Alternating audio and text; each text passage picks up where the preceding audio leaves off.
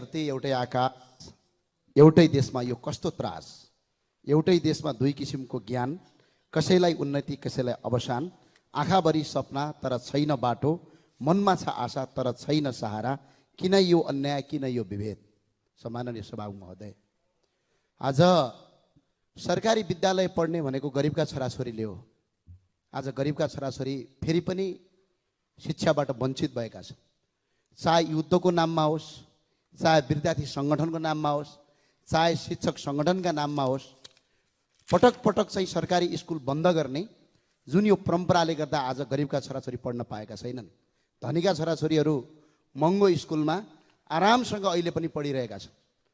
एउटै देशमा शिक्षा जुन नीति नै बन्यो यसले चाहिँ देशलाई सही बाटोमा अगाडि बढाएन। हामीले नेपालको संविधान 2072 लेख्यौँ, त्यसको धारा 31 मा हामीले धारा 31 मा शिक्षा सम्बन्धी हक लेख्यौँ, सबै नागरिकलाई पढ्न पाउने विद्यालय जान पाउने भन्यौँ, तर आज वञ्चित भएका छन्।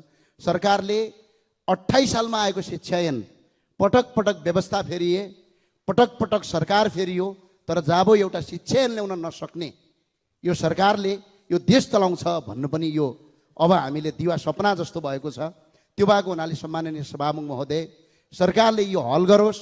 विद्यालयमा आज जसरी पार्टीका शिक्षकहरू, पार्टीका विद्यार्थीहरू, पार्टीका तपाईँको कर्मचारीहरू, पार्टीका स्वास्थ्य कर्मीहरू, यो सबै भातृ सङ्गठनहरू यो खारेजै गर्न पर्छ, किनभने सरकारी कर्मचारीले राजनीति गर्ने होइन। त्यो नगर्दासम्म नेपालमा शिक्षा अगाडि बढ्न सक्दैन।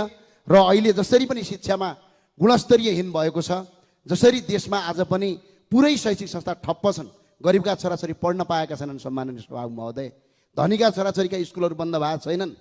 आज ठुल्ठुला महँगा